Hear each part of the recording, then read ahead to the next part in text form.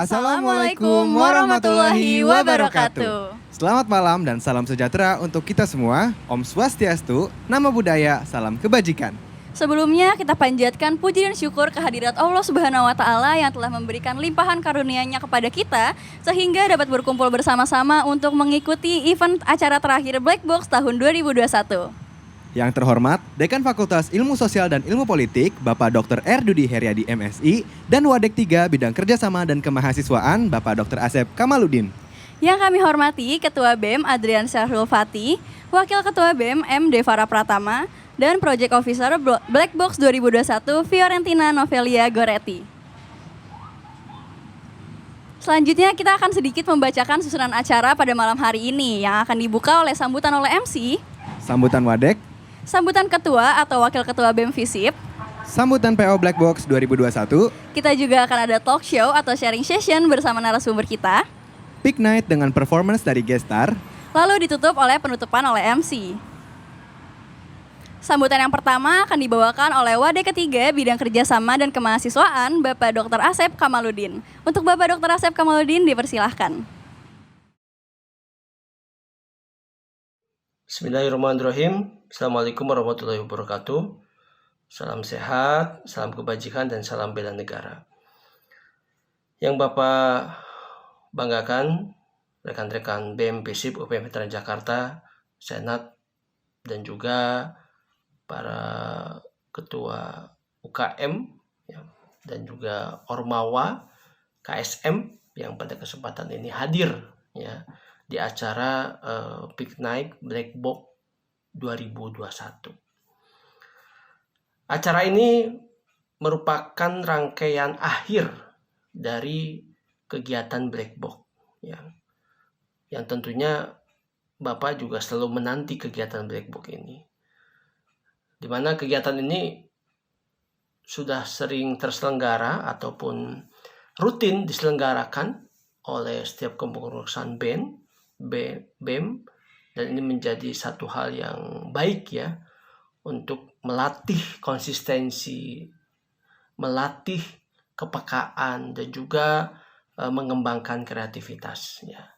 Sekali lagi Bapak haturkan selamat agar teman-teman bisa mengikuti rangkaian kegiatan akhir dari Black Box ini dengan baik, dan tentunya insya Allah bermanfaat buat teman-teman semuanya. Demikian Bapak pamit, akhirul kalam. Assalamualaikum warahmatullahi wabarakatuh. Salam bela negara. Baik, terima kasih kepada Bapak Dr. Asep Kamaludin yang telah memberikan sambutannya kepada kita. Lalu sambutan berikutnya yaitu dari Ketua BEM Adrian Syahrul Fatih. Kepada Kak Adrian Syahrul Fatih dipersilahkan. Oke, assalamualaikum warahmatullahi wabarakatuh. Atas nama toleransi, salam Om Swastiastu, Namo Buddhaya, salam kebajikan, salam sejahtera untuk kita semua. Di sini aku Andrian Syahrul Fatih selaku Ketua BEM Visip UPN Veteran Jakarta tahun 2021 mewakili seluruh anak-anak dari BEM Visip UPN Veteran Jakarta juga. Dan yang terhormat sebelumnya ada Pak Asep selaku Wadik 3, kemudian ada Fiorentina selaku Project Officer dari Black Box 2021. Dan aku harap di sini kawan-kawan semua menikmati acara Black Box ini. Terlebih kita di tengah-tengah pandemi seperti ini, para musisi atau para seniman pelaku seni tetap ingin menghibur kalian di tengah-tengah kemerautan yang terjadi pada saat ini. Dan kemudian aku harap acara ini lancar sampai selesai nanti, tidak ada hambatan apapun sehingga kawan-kawan dari Black Box dapat menikmati acaranya sebagaimana yang kalian inginkan. Oke, sekian dari saya. Satu pesan yang selalu saya sampaikan setiap kata sambutan saya adalah selalu sertakan Tuhan di setiap kegiatan kita, termasuk di Black Box 2021 ini. Oke, sekian dari aku. Kurang lebihnya mohon maaf. Wabillahi taufiq wa hidayah. Wassalamualaikum warahmatullahi wabarakatuh. Salam kebajikan, salam sejahtera semuanya. Terima kasih. Waalaikumsalam warahmatullahi wabarakatuh. Terima kasih Kak Andrian Syahrul Fatih selaku Ketua BEM Visip UPN Veteran Jakarta. Sambutan berikutnya akan dibacakan oleh Project Officer Black Box 2021, Kak Fiorentina Novelia Goretti. Kepada Kak Fiorentina Novelia Goretti dipersilahkan.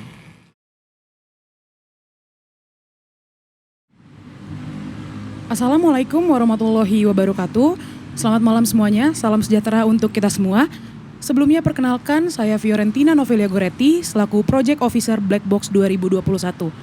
Yang terhormat Wadik 3 Bapak Asep Kamaludin, beserta yang terhormat pula kepada Ketua BEM Visip UPN Veteran Jakarta, Saudara Andrian Syahrul Fatih.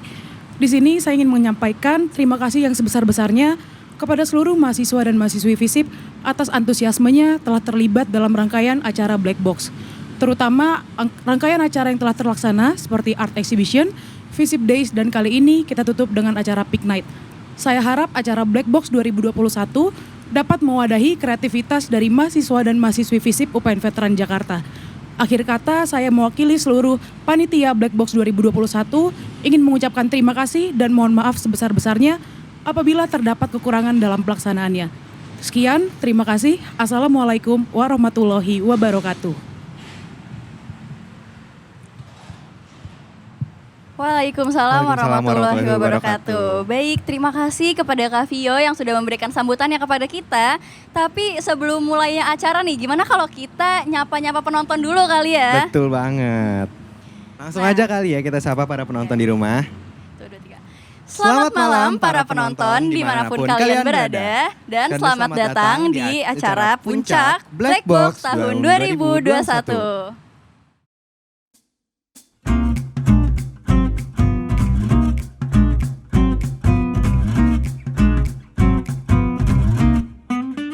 Pertama-tama kita juga mengucapkan terima kasih kepada sponsor dan media partner kita yang sudah membantu untuk mewujudkan acara ini. Tidak lupa juga kami menyampaikan terima kasih kepada media partner yang telah membantu publikasi dan dari acara talk show dan Peak Night Black Box hari ini. Acara hari ini supported by SM Visip, Himahi, EOS, 5TV, Hima Icom, dan Himapol. Fiber, FOP, SMIP, Trim Protokoler, FPCI, dan 45 Radio. Nah, tapi sebelumnya lu tahu nggak sih, Sya, kita bakalan ada acara apa nih malam hari ini? Acara apa ya? Boleh nggak sih lo kasih tahu ke penonton di rumah? Boleh banget dong, gue yakin mereka juga udah pasti pada kepo nih di sana. Jadi seperti yang tadi udah kita bilang, kita bakalan ada acara talk show bareng sama narasumber. Nah, lu tahu nggak narasumbernya siapa? Tahu dong. Narasumber kita kali ini adalah Kamu Tiara Maharani yang merupakan Clinical Psychologist Trainee dari Universitas Indonesia, mentor 1%, Abang None Jakarta, dan founder dari At Future Parents Project. Widih, udah keren banget ya, banyak banget gitu pencapaiannya. Iya, pasti banyak banget insight yang bakal kita ambil dari acara ini gitu. Betul banget. Kemudian acara berikutnya akan diambil alih oleh moderator kita, Kak Farel. Dipersilahkan untuk mengambil alih dan melanjutkan acara talk show selanjutnya. Untuk kepada Kak Farel dipersilahkan.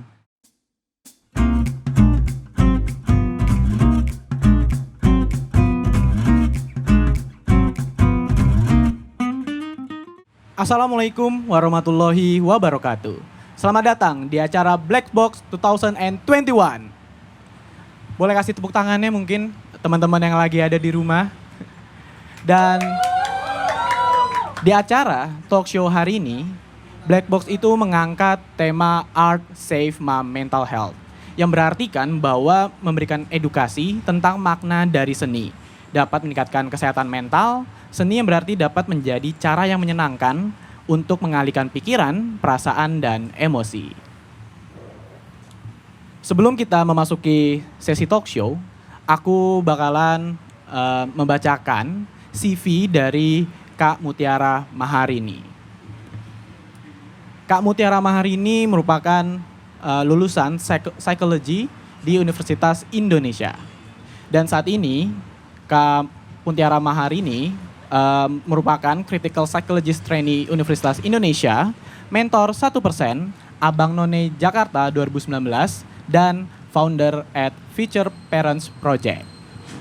Untuk itu langsung saja aku panggilkan Kak Mutiara Maharini. Hai. Hai. Hai semuanya yang lagi nonton.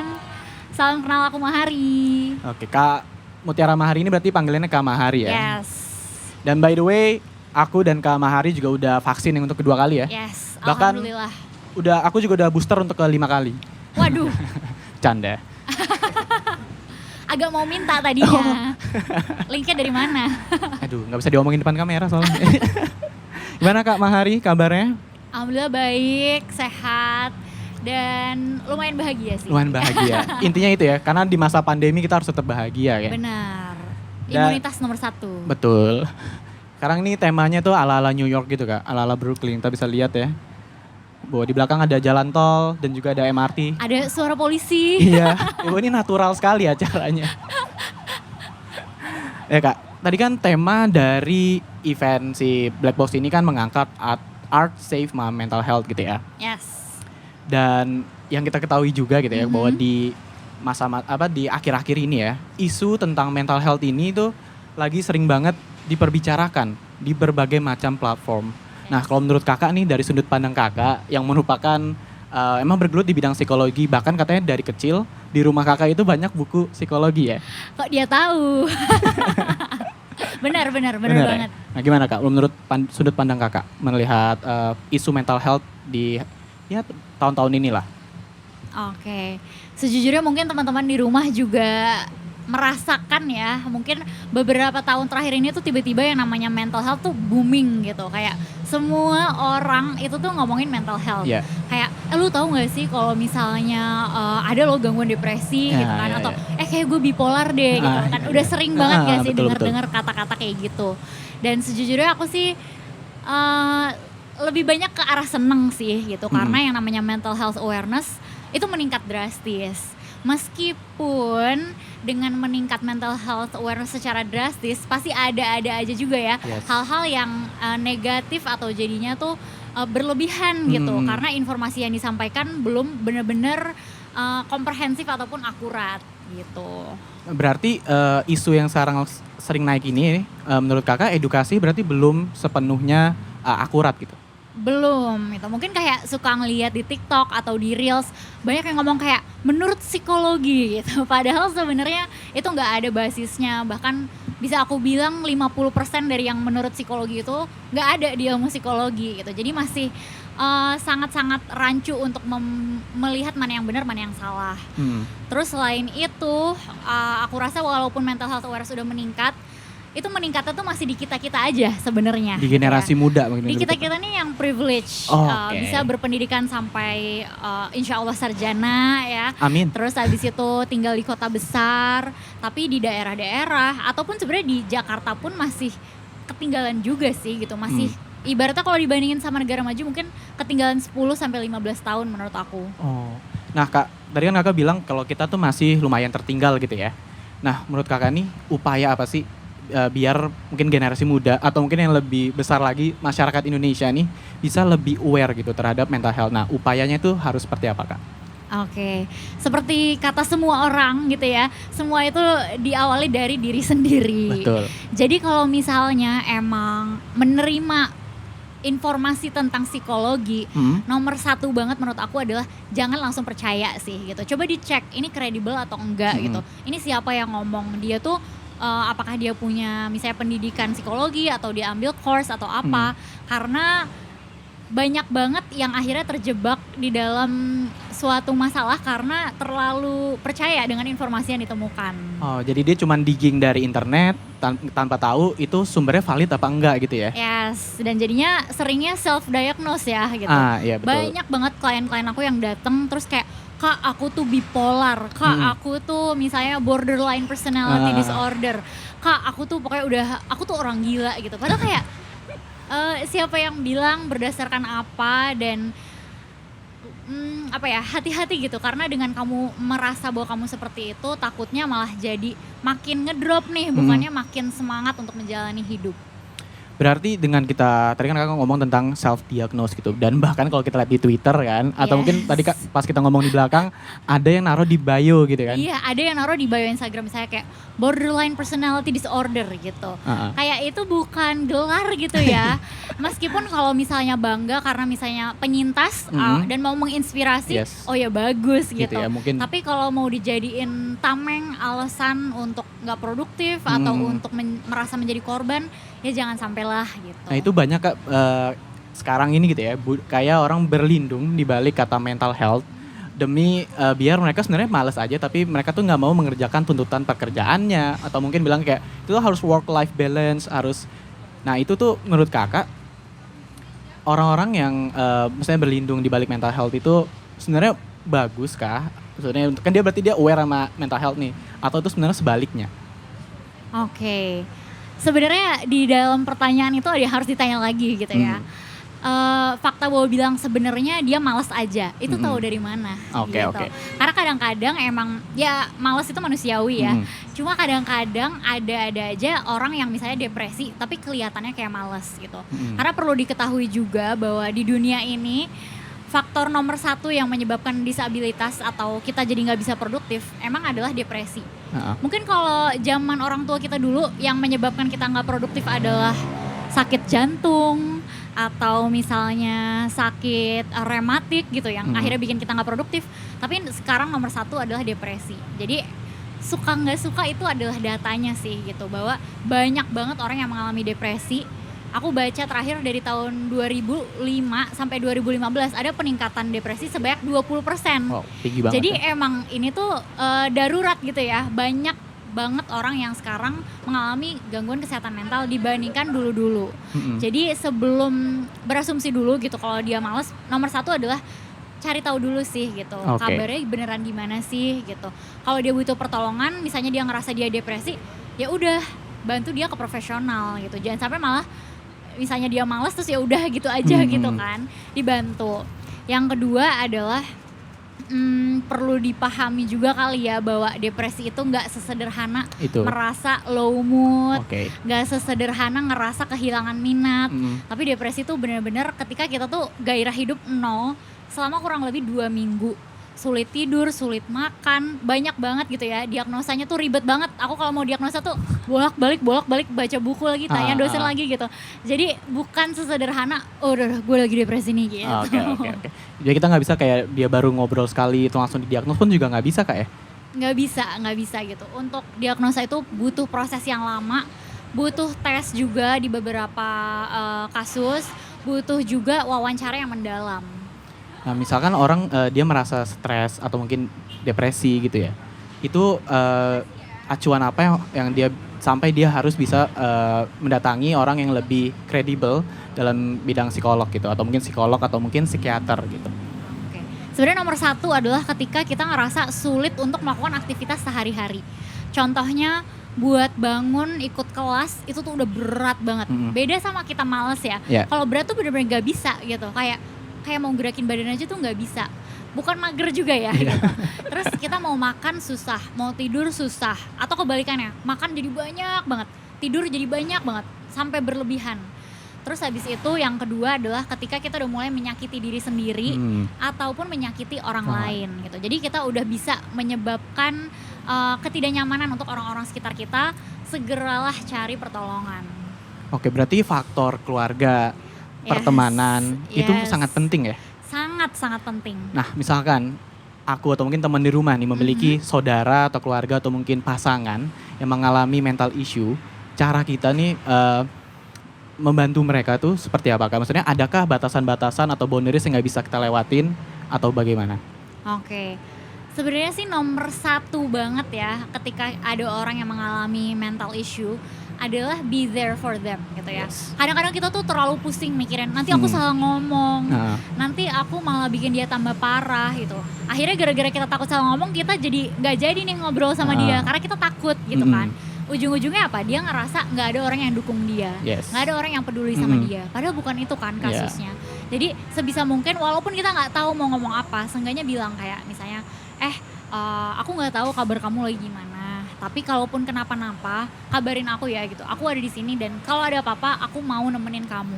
Mungkin kedengarannya cringe, Iya. tapi it can save someone's life gitu. Dan kita nggak mau ya jadi orang yang menyesal Yes. di kemudian hari.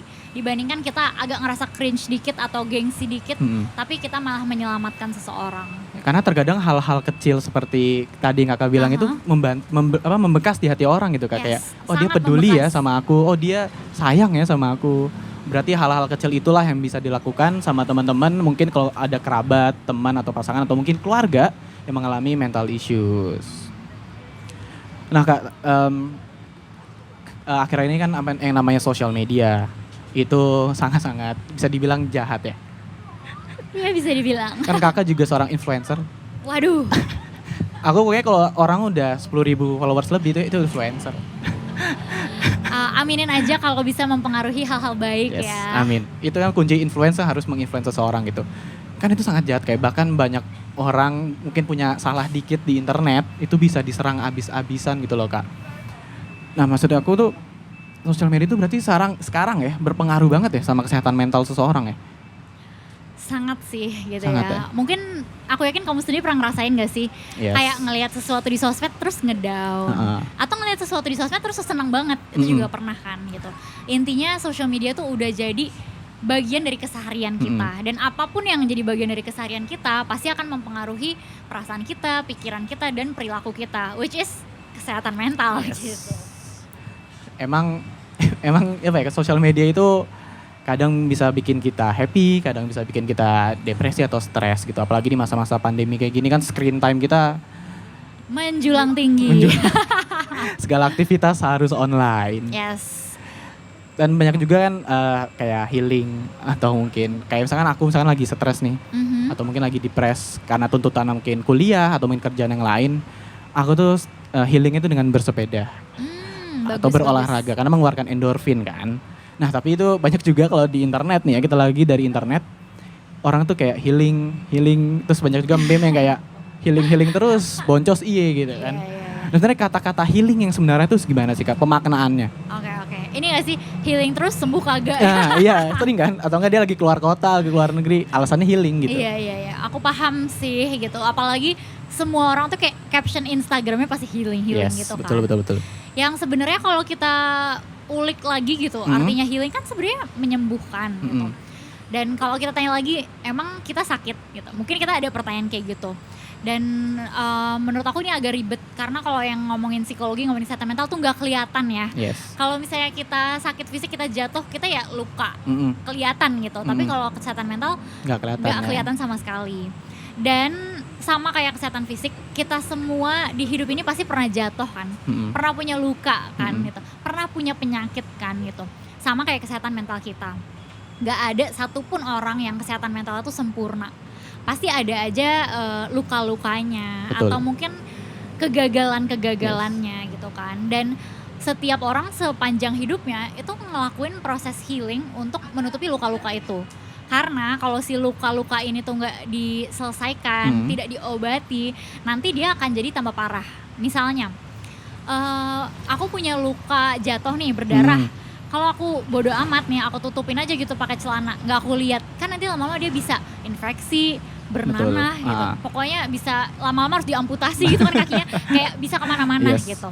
Sama kayak kita yang mungkin punya luka-luka, kayak misalnya dari kecil kita jarang diapresiasi, atau dari kecil mungkin kita tuh selalu dituntut untuk berprestasi nomor 1. Nah, luka-luka itu tuh bisa tumbuh menjadi perasaan misalnya harus selalu dipuji pas udah gede. Nyari-nyari validasi terus, ya kan. Selama luka yang masa kecil ini belum disembuhin, belum dilihat nih lukanya, belum diakui, ya nggak bisa diobatin kan gitu. Sedangkan kalau misalnya kita udah mengakui, oh ternyata aku punya luka ya, kita tahu nih obatnya apa gitu kan. Oh ternyata dulu aku kurang apresiasi, jadinya aku kayak gini. Tapi sekarang aku tahu kalau sebenarnya apresiasi itu penting tapi bukan segalanya. Misalnya kayak gitu. Nah kalau misalnya orang-orang yang ngomong healing, mungkin yang aku persepsikan kayak gini ya, lebih ke arah mungkin kita punya luka-luka kita. Nah luka-luka ini tuh bisa kita sembuhin dengan cara ngasih obat dan lain-lain, yaitu adalah misalnya dengan konseling, dengan journaling, melalui seni, melalui apalah segala macam kita bisa nih untuk mengobati luka itu. Tapi kita juga bisa luka itu ibaratnya cuma kita tutupin aja, jadi kita nggak bisa ngelihat lukanya. Ketika kita pergi liburan apa segala macam, itu kan kita ke tempat baru, punya perspektif baru, banyak emosi positif, sehingga tiba-tiba kita tuh serasa lupa sama luka kita. Tapi ketika kita balik dari liburan itu, ya lukanya nggak kemana-mana kan gitu. Jadi bukan berarti bahwa healing tuh nggak bisa dilakukan melalui liburan gitu. Bisa aja selama liburan kita dapat hal-hal baru gitu. Tapi kalau liburannya itu cuma sebagai distraksi, jatuhnya tuh luka masih ada gitu. Perlu diselesaikan segera. Jatuhnya mungkin kayak cuma escaping aja ya? Yes, cuma escaping aja. Berarti itu harus dengan berdamai dengan diri sendiri dulu ya?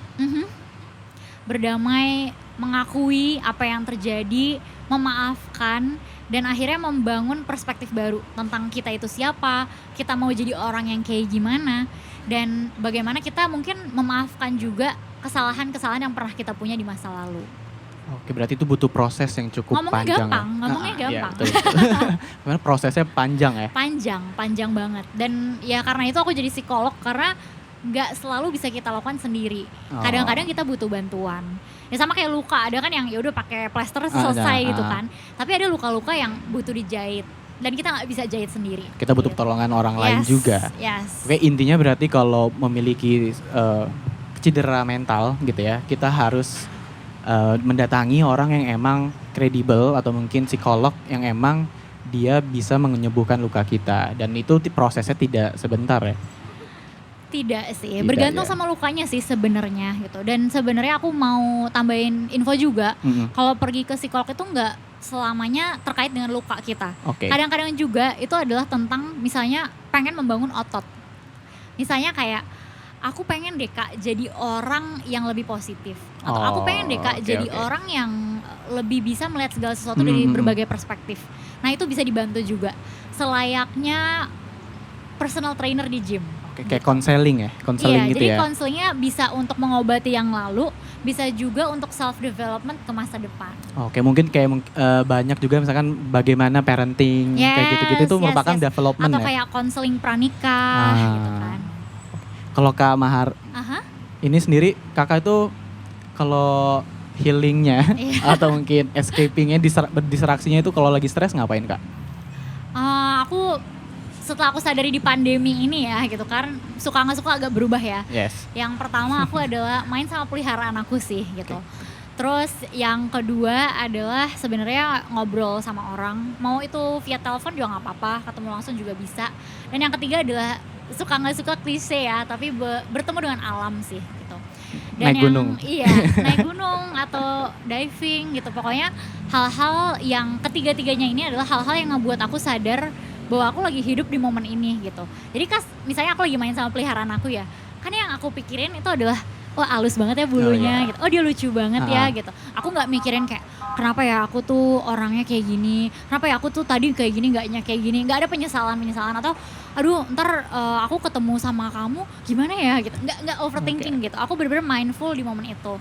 Sama kayak ngobrol sama temen ataupun sama bepergian ke nature, karena itu ngebantu kita untuk jadi lebih mindful sama apa yang ada di momen itu gitu. Bukan di masa lalu, bukan di masa depan. Emang banyak banget berbagai cara untuk kita bisa mendistraksikan stres kita dengan melakukan banyak hal. Ada juga orang yang nonton konser. Yes, Atau dia- aku juga suka, cuma maksudnya pandemi ya bun. Karena kalau nonton konser secara online mungkin cukup mengobati, tapi ada Beda sih. ada rasa Jujur yang, aja beda gitu ya. Ada rasa yang kayak kurang gitu ya. Karena tuh konser yang dempet-dempet itu tuh ada maknanya ternyata ya. Iya, iya. Ternyata pas nggak dempet-dempet tuh kangen gitu sama dempet-dempet. Karena Meskipun itu- dulu kayak, kenapa sih dempet-dempet gitu. Atau enggak orang di depan lebih tinggi. Oh iya benar gitu. Tapi tetap better daripada di layar. Karena experience-nya pasti. Yes. Dan itu juga sesuai dengan tema kita gitu Kak, bahwa art save my mental health gitu ya. Mhm. Banyak, aku inget ya dengan albumnya Kunto Aji, Mhm. yang mantra-mantra tuh. Itu banyak orang yang merasa dirinya itu terwakili Mhm. oleh album tersebut. Bahkan di konsernya Kunto Aji sendiri itu banyak orang nangis semua gara-gara konsernya Kunto Aji.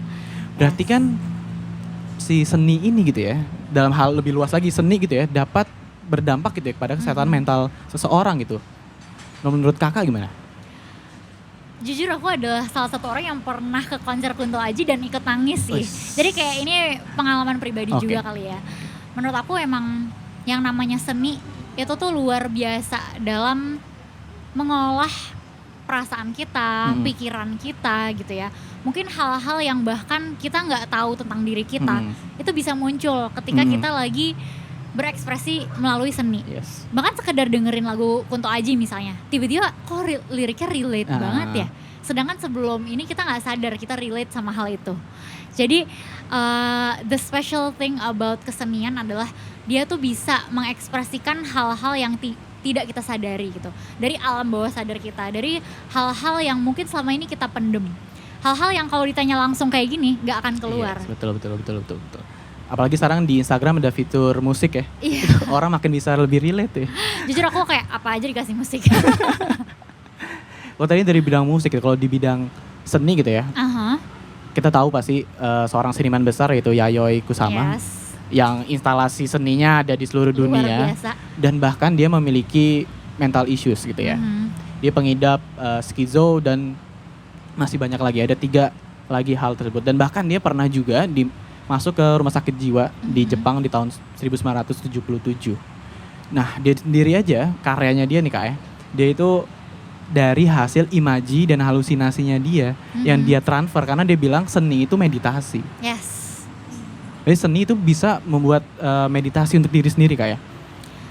Benar.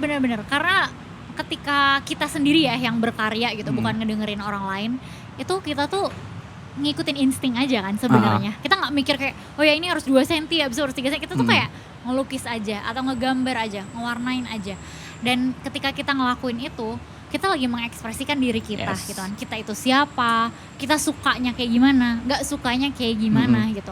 Dan bisa dibilang bahwa banyak banget gangguan kesehatan mental itu terjadi karena kita kurang mengekspresikan diri kita gitu.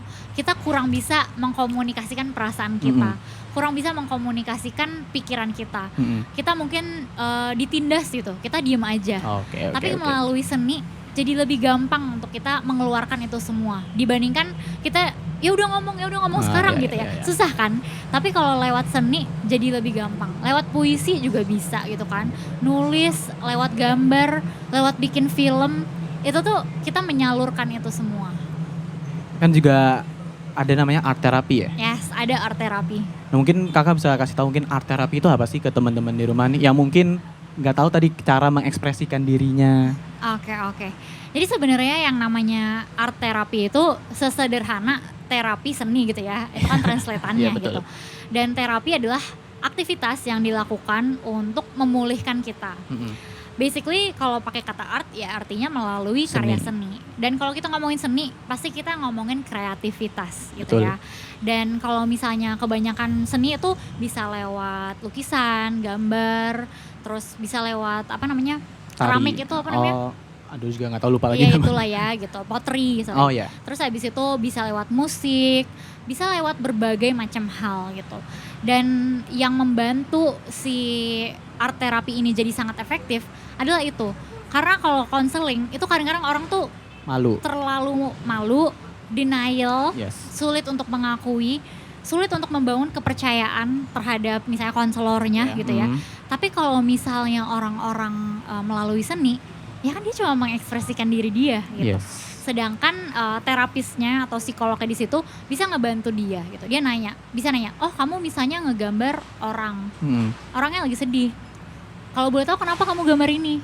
Terus dia bisa, oh ya aku gambar itu soalnya menurut aku gini. Lama-lama bakal ada benang merahnya gitu. Oh ternyata dia sedang mengalami itu ya gitu. Dan itu cara dia mengekspresikannya. Gitu sih, jadi memudahkan orang untuk mengekspresikan apa yang dia rasain. Intinya sih itu. Dan cocok-cocokan untuk orang yang jiwa seninya tinggi, cocok banget. Untuk orang yang jiwa misalnya suka matematika banget, dia disuruh art mungkin dia malah stres gitu kan. Jadi cocok-cocokan, dan kalau udah merasa cocok lakukanlah gitu ya. Lakukanlah sampai itu bisa ngebantu kesehatan mental kalian semua. Oke, seni itu berarti bukan hanya bisa mengobati yang mengerjakan, tapi orang-orang yang menikmati pun juga bisa terhealingkan gitu. Karena ketika kita dengerin nih, misalnya lirik lagu relate sama kita, Iya. apa yang kita rasain? Yang kita rasain adalah, oh aku gak sendiri ya ternyata.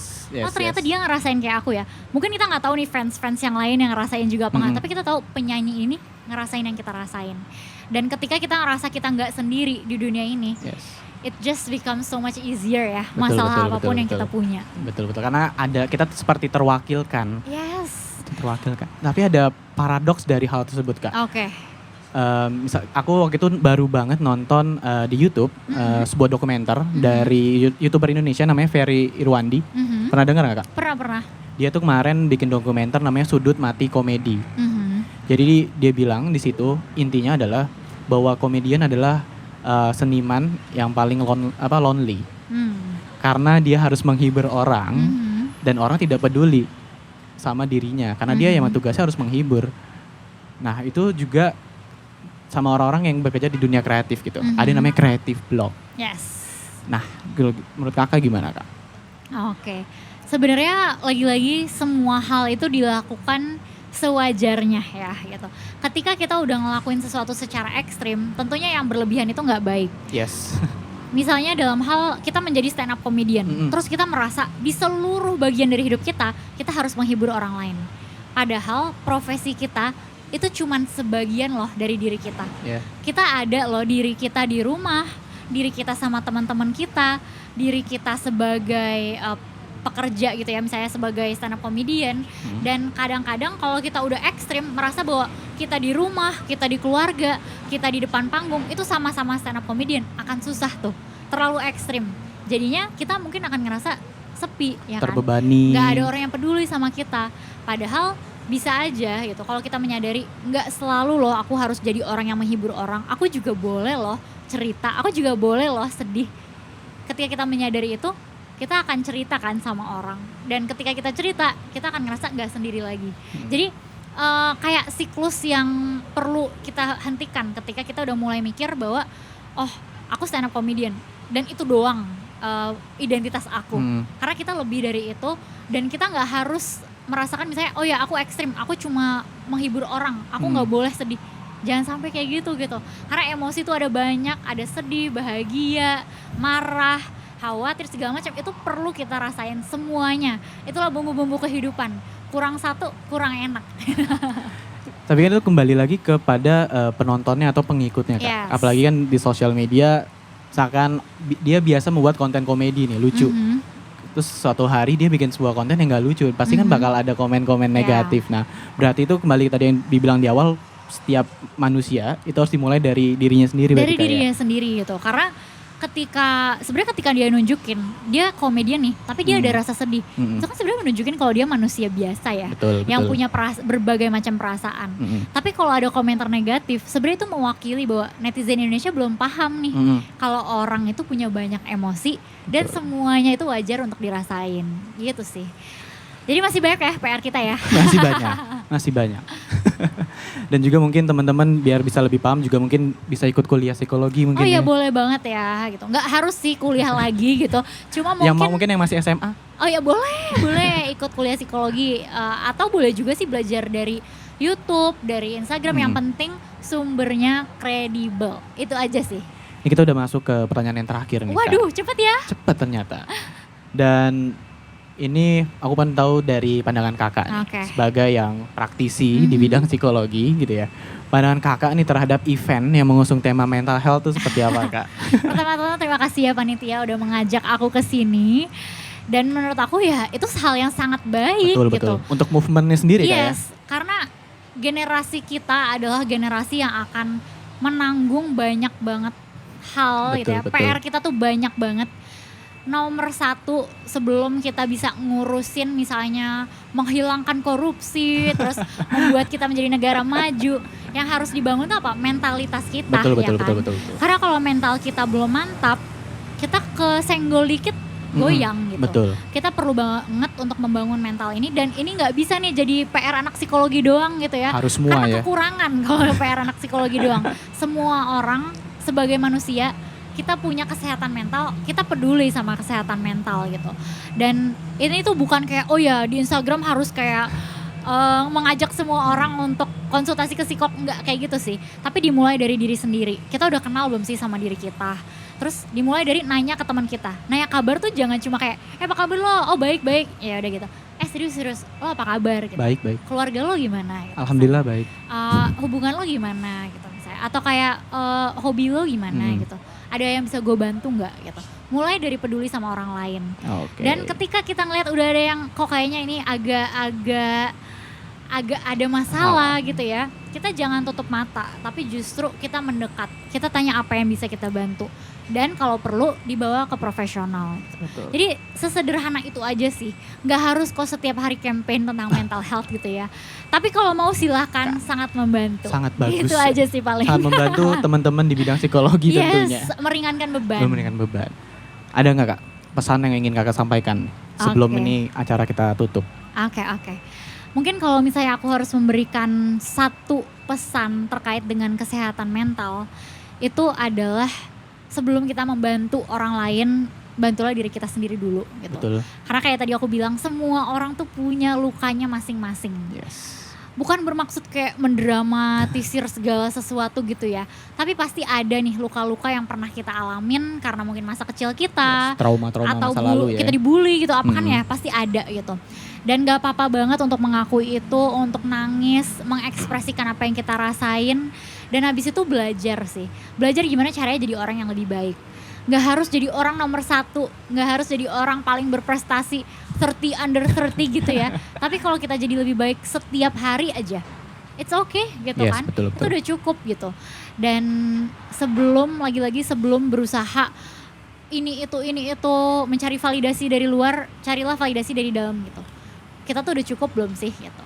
Itu aja sih paling dari aku. Oke. Semoga bisa ngebantu dan semoga teman-teman di rumah bisa merasakan gitu ya bahwa untuk menjadi orang yang sehat mental itu nggak susah kok gitu. Dan untuk datang ke psikolog atau ke psikiater itu bukan hal yang tabu juga. Betul. Terima kasih Kak Mahari sudah mau datang Makasih ke acara juga. Black Box dan sudah menyampaikan tentang mental health dan mungkin awareness teman-teman generasi muda atau mungkin yang lebih luas lagi bisa tersampaikan dengan baik dan ini tentu setiap individu itu berbeda Kak ya. Yes, semuanya berbeda gitu ya. Jadi semangat di perjalanan Oke, masing-masing. semangat semuanya. Dan terima kasih untuk teman-teman semua yang telah menyaksikan talk show Black Box 2021 bersama Kak Mahari tentunya. Dan sampai jumpa di Black Box 2022. Bye. Bye-bye.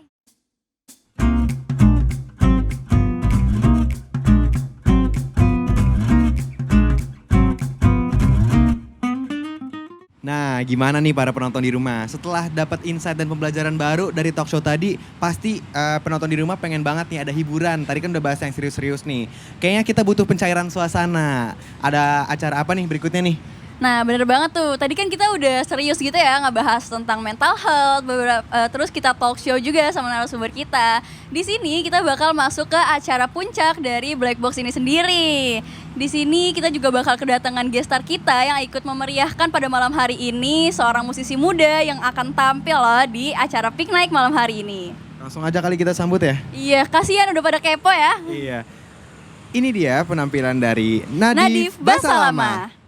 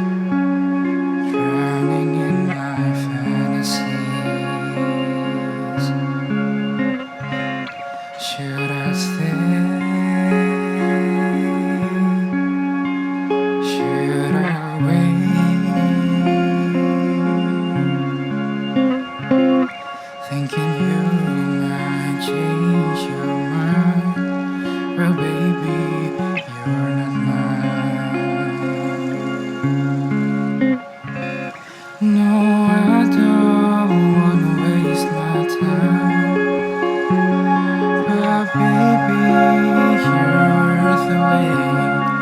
If you could see me just once, how deeply I'll fall for you. No, I don't wanna waste my time, but baby, you're worth the wait. If you could see me just once, how deeply I'll fall for you,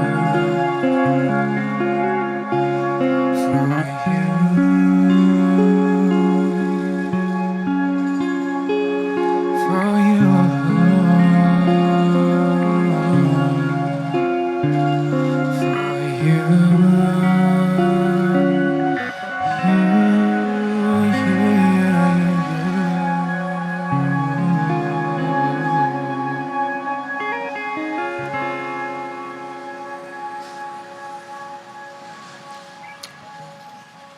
Yeah, so that was that. Itu tadi after school session. Anyway, salam kenal. Gue Nadif Basalama. Ini ada teman gue Dias yang nemenin gue hari ini gitaran. I'm only here to say hi to Black Box Fest 2021. Thank you so much for having me. The next one's called Spaces, and it goes like this.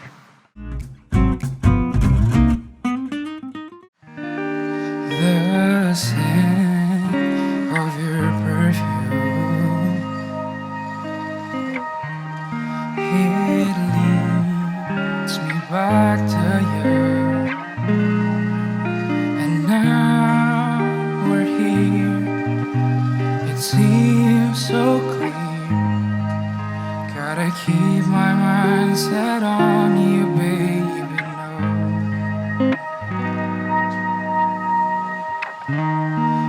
You seem uncertain, love. Let me try to do you my way. No, give it some time, we'll be just fine. Your heart is divine, and I'm glad called it mine. And then you'll know our love is bound to grow. Save me some space in your heart, don't you go. Save me some space in your heart, don't you go. Save me some space in your heart, don't you go, no, no. And my world's crashing down if I can't be with you no more.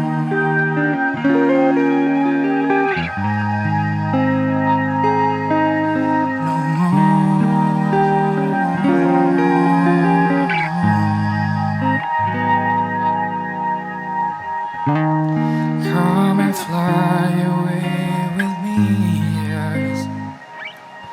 And don't you ever let me be alone. Don't you know we're meant to be? Your priceless smile is something else, and nobody won't ever get the share. Save me some space in your heart, don't you go. Save me some space in your heart, don't you go. Save me some space in your heart, don't you go, no, no. And my world's crashing down if I can't be with you no more.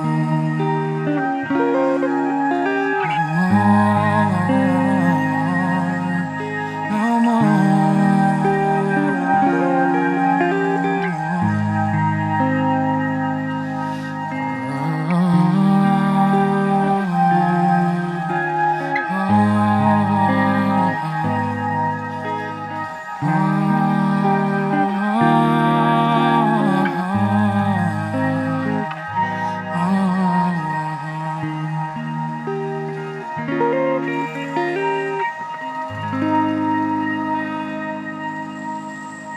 Yeah, so that was it. That was Spaces. The next one's gonna be Eventually. Itu lagu keempat gue dari 6 single in total. Yeah, it goes like this.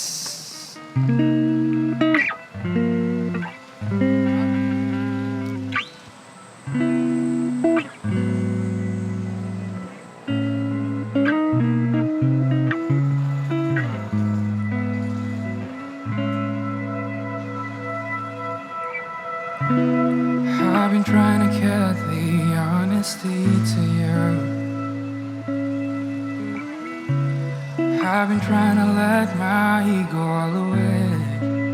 No, no, no. If not, what's so bad about it? If not, what's so bad about it? Can't stop thinking about the things that I did. How do I forgive myself from all this? Take me back to where we start loving. No,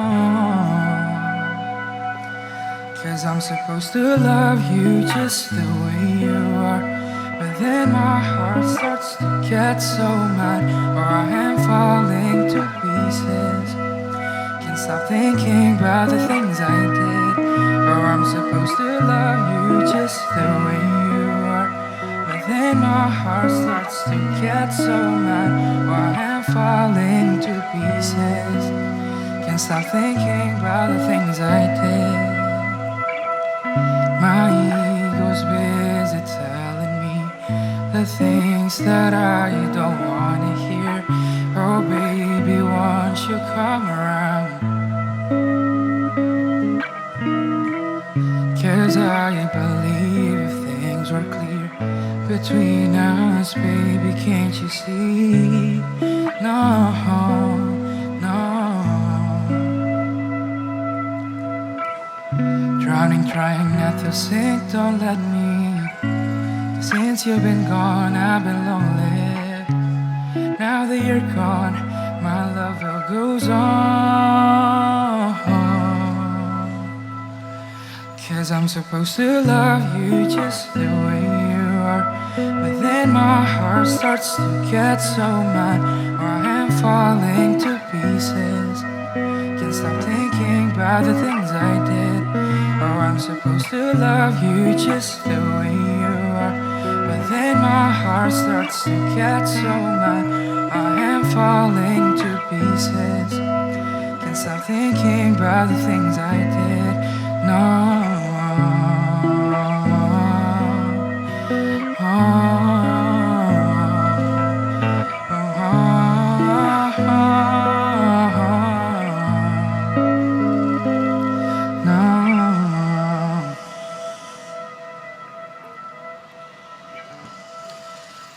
Ya itu tadi Eventually.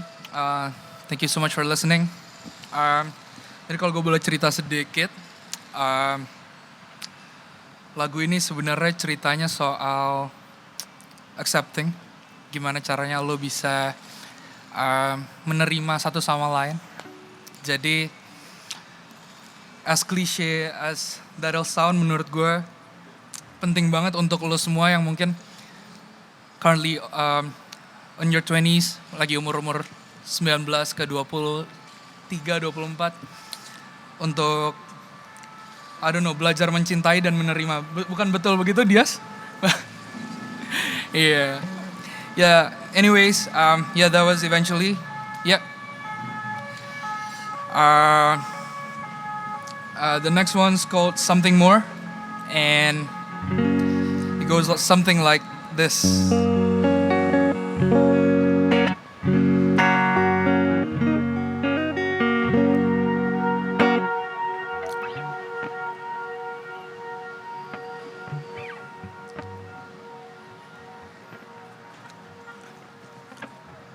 Well, I'm not asking for help.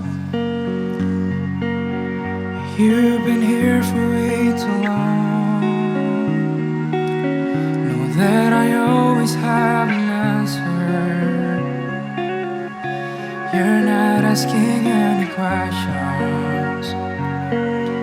And now I've been out of town. You're making out with someone new, and I believe in something more. And I believe in something more.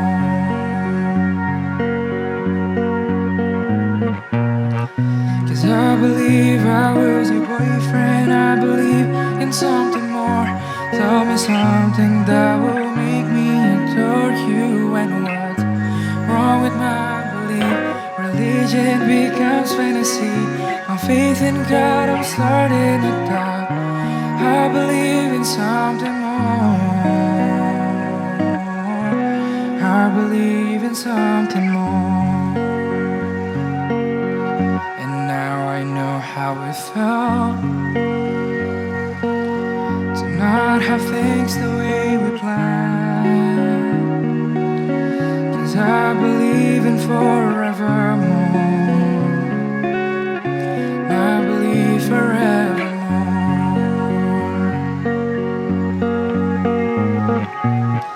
'Cause I believe I was your boyfriend. I believe in something more. Tell me something that will make me adore you. And what's wrong with my belief? Religion becomes fantasy. My faith in God, I'm starting to doubt. I believe in something more. I believe in something more. I believe in something more.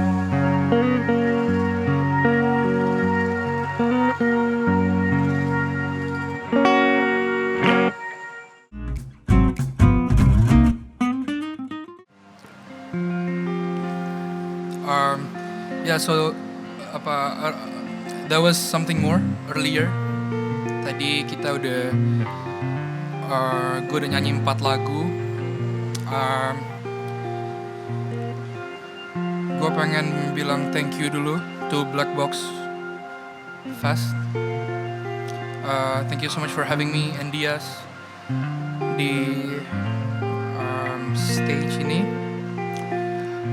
Dan kita move on to the last song. This one's actually my latest release. It's called Letting Go. Ceritanya sih gampang banget dari judulnya Letting Go. Jadi gue habis putus Januari. Ya kan? Gue baru putus Januari. Jadi gue cerita aja di lagu ini. Kalian bisa check out lagu ini di Spotify, di Apple Music, and etc. So yeah, make sure you guys tune into my Spotify page. And yeah, once again, thank you so much, Black Box Fest, for having me. This one's called Letting Go. It goes like this.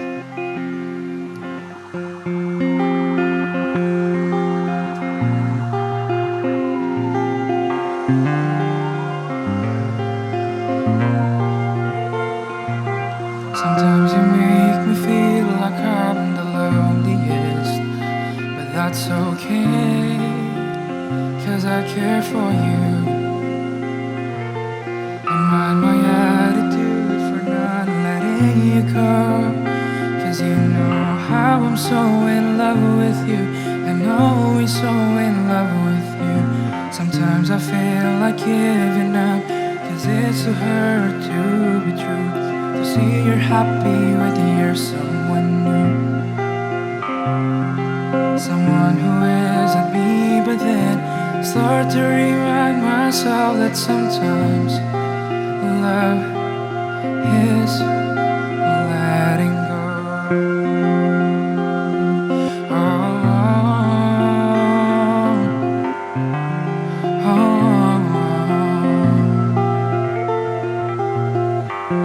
Some things are meant to fly away. Think that's not okay to say I love you again. Take me back to those days where we woke up in the morning. You got me feeling spend some time away. All of the things that we've been through, I sort of hope you'll still see through. My heart is numb and this will continue. If I let you go, this perfect time for someone so close, friend of mine. And now I understand what pain feels like. Letting you go,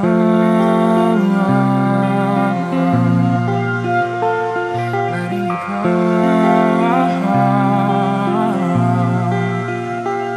letting you go,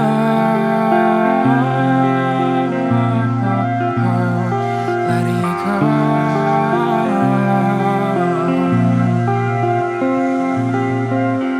To sum up everything, I know what I did was wrong, yet we know this one's for the best. To sum up everything, I know what I did was wrong, yet we know this one's for the best.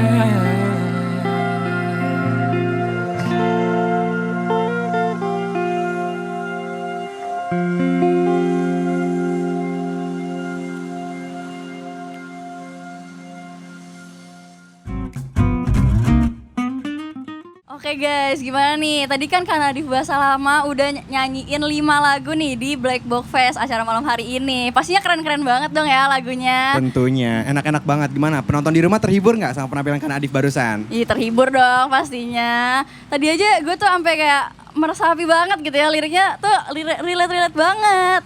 Iya, terus saking enak ya sampai gue masukin ke playlist gue. Coba Waduh, si gercep tuh. Oke, kan kita sekarang udah bersama Kak Nadif Basalamah ya langsung nih. Mungkin penonton di rumah pengen tahu nih apa sih kabarnya atau kesibukannya Kak Nadif Basalamah belakangan ini. Oke, silakan Kak. Halo semuanya, sebelumnya salam kenal lagi, gue Nadif. Kalau pertanyaannya tadi kesibukannya apa? Kesibukannya adalah ngerjain esai kampus sama nulis yang banyak. Gitu, gue nulis lagu yang lagi nulis lagu yang banyak karena gue persiapan untuk EP bulan April atau Mei tahun depan. Oh. Wah, keren banget. Berarti udah ada rencana upcoming project gitu ya ke depannya ya? Betul. Apakah mau ngelirik single atau album atau gimana nih? Bakal EP sih kayaknya. Ya mini album. Mungkin 4 atau 5 lagu. Wih, keren banget. Iya. Kita nggak sabar banget nggak sih pasti nungguin lagu-lagunya Kak Nadif yang ke depannya gitu loh. Nah, kan Kak Nadif kan sebagai seniman gitu ya, musisi. Nah, selama pandemi ini ngefek banget gak sih? Kayak kita kan udah gak bisa ada pensi-pensi, acara festival musik. Sebagai musisi pandangan kakak gimana nih? Iya, jadi kalau gue boleh jujur cerita, pandemi gak ngefek buat gue. Karena kebetulan kemarin pas pandemi gue juga masih di luar kuliah. Jadi gue belum ada panggung-panggung sih gitu. Jadi gue cuma rilis lagu aja gitu. Berarti promotionnya lewat online juga ya mengikuti. Betul. Karena kita juga baru sekarang ini yang ngerasain pensi lagi gitu kan. Iya bener banget. Walaupun teman-teman di rumah bisa ngelihat dari online aja, cuman kita di sini tuh kayak dapat euforinya pensinya juga. Betul, mengobati rasa kangen nonton konser lebih tepatnya. Betul banget. Oke, mungkin sekian itu aja pertanyaan-pertanyaan yang kita akan sampaikan ke Kak Nadif Basalamah. Mungkin akan dilanjut ke acara berikutnya. Wah, sayang banget gak sih Syah, kita udah ada di acara penghujung Black Box 2021. Iya, kita harus mengucapkan selamat tinggal nih kepada penonton yang ada di rumah. Betul karena banget. acara demi acara telah kami lewati. Dan akhirnya tibalah kita di akhir acara, yaitu penutupan. Sebelum acara ini kita tutup, kita sebagai MC mohon maaf atas segala kesalahan selama menjadi MC. Terima kasih juga buat teman-teman yang sudah mengikuti dan memeriahkan rangkaian acara Black Box 2021 dari awal hingga selesai. Tidak lupa juga kami menyampaikan terima kasih kepada media partner yang telah membantu publikasi di acara Pick Night dan Talk Show hari ini. Acara hari ini support by SM Visip, Himahi, EOS, 5TV, Himaikom, Himapol, Fiber, FOP, SMIP, Tim Protokoler, FPCI, dan 45 Radio. Saya Aura. Dan saya Rafsya. Kami mewakili atas nama Panitia Black Box 2021 mengucapkan terima kasih atas partisipasi dan antusiasnya. Kami berdua pamit undur diri. Wabillahi taufiq wal hidayah. Wassalamualaikum warahmatullahi wabarakatuh. Sampai jumpa di acara Black Black Box Box tahun 2022.